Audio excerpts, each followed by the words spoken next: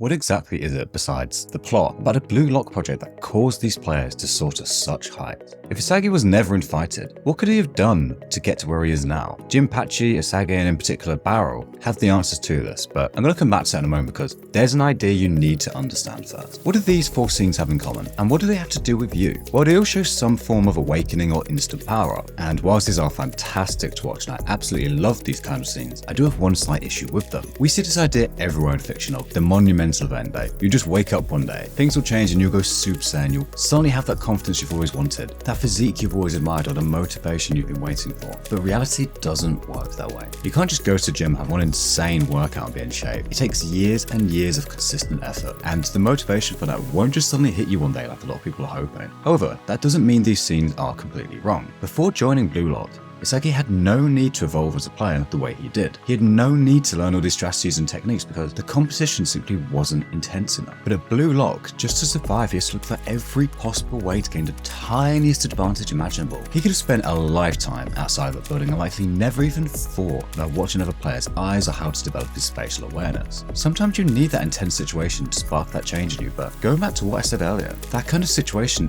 isn't going to just fall out of the sky, and so how can you actually apply any of this? If Isagi had never gotten that letter from Blue Lock, what could he have done to reach the level he's at? You need to create that pressure yourself. Either find like-minded people to push you, or, as that's probably not possible for everyone, set a high goal and declare it to the world so you can't back out of it. Pick something that seems just out of reach, and then go 2 steps further, because otherwise you won't push yourself. You know how you leave your homework until the day it's due? This is something called Parkinson's Law. Work expands to fill the time allowed to it. When your goal is lower, you're given more time to do what's necessary to achieve it. And realistically, what that means is that there's no need to push yourself. You won't create this new version of yourself you're hoping for because there's no necessity to. Your current self can likely handle it just fine. If you want to change, you need a goal that forces you to in order to reach it, that forces you to discard those parts of yourself you don't like. And this is exactly what Blue Lock offers, but once you've got that goal, where exactly do you go from there? Well, during this scene in the match between Team V and Team Z, Jinpachi talks about how an awakener is doing a jigsaw puzzle with accumulated thoughts and experiences. And when you're faced with an extreme situation, the pieces fall into place and you awaken. And we see that in a recent episode. Isagi is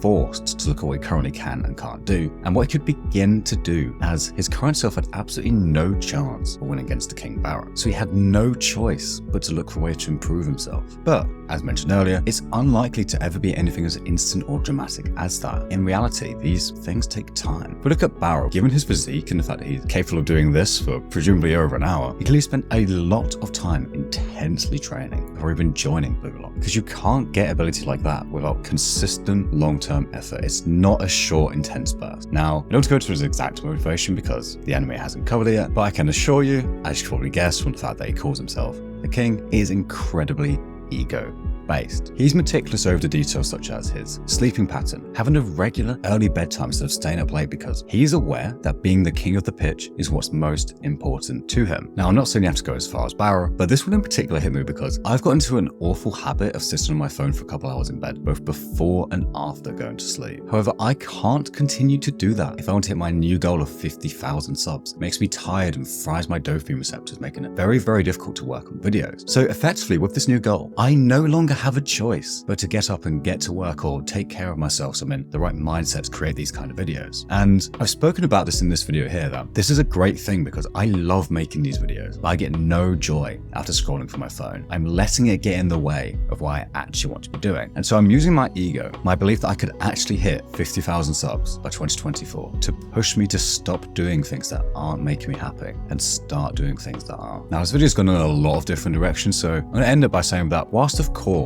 the intense pressure of Blue Lock was the reason these players all improved so much, you can't sit around waiting for an opportunity like that, because what I found with myself is that we actually get quite comfortable in our own self-pity and unhappiness. And I'm not going to go into why I think that is here, but if you've had enough, then set that high goal and make it something meaningful, like I spoke about in my Mob Psycho video, and just watch as you naturally shed those bad habits over time.